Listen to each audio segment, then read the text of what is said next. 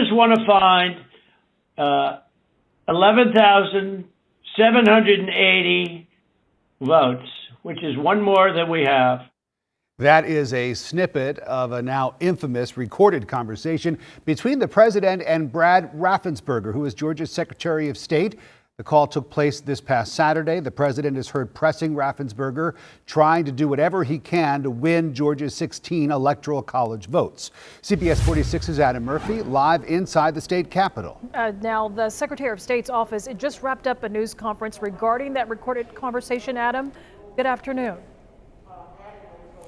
Good afternoon, Sean. I can tell you we did not hear directly from Secretary of State Brad Raffensperger at this news briefing. He was not here. That has sort of been his routine. He will periodically show up for news briefings. Today, it was all about his team answering questions about that call, but they spent the majority of time talking about claims of fraud and proving that these claims of fraud have been debunked. That was the majority of today's presser. But let me say this about that particular call. We have learned, CBS News is reporting, per a source familiar with the matter, that the Georgia Secretary of State's office has received 18 attempted calls from the White House since November 3rd about the election. And this call you're about to hear right now is now making worldwide headlines.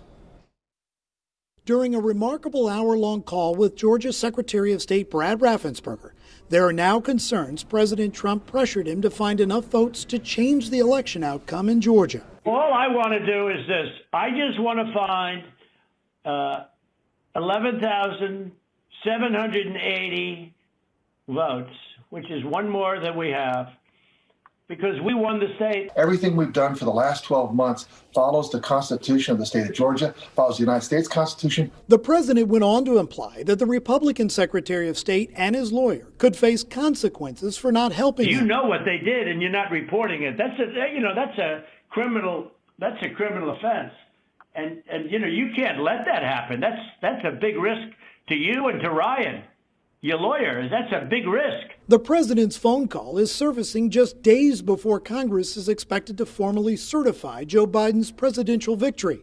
But before that happens, at least a dozen Senate Republicans and several more in the House plan to contest the Electoral College results. And we've seen in the last 2 months unprecedented allegations of voter fraud. Texas Senator Ted Cruz is pushing for an emergency 10-day audit of the election returns from 6 states, citing public mistrust in the results. The move has some Republicans asking their colleagues to move on. This is bad for the country and bad for the party. Democrats call the plan a publicity stunt, and a spokesperson for Biden's transition team says it won't change the fact that Joe Biden will be sworn in on January 20th. Now, it is unclear if the secretary himself recorded that call with the president or whether it was someone on his team. We have asked that question. That has not been made clear at this point in time. It's also unclear exactly who within the Secretary of State's office released that call to the Washington Post and whether it was done legally. So there's a lot to be looked into as far as this is concerned on both ends of the spectrum.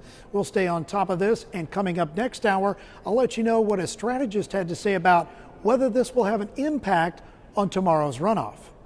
We're live inside the state capitol. Adam Murphy, CBS 46 News. Adam, thank you. Senator Kelly Loeffler campaigned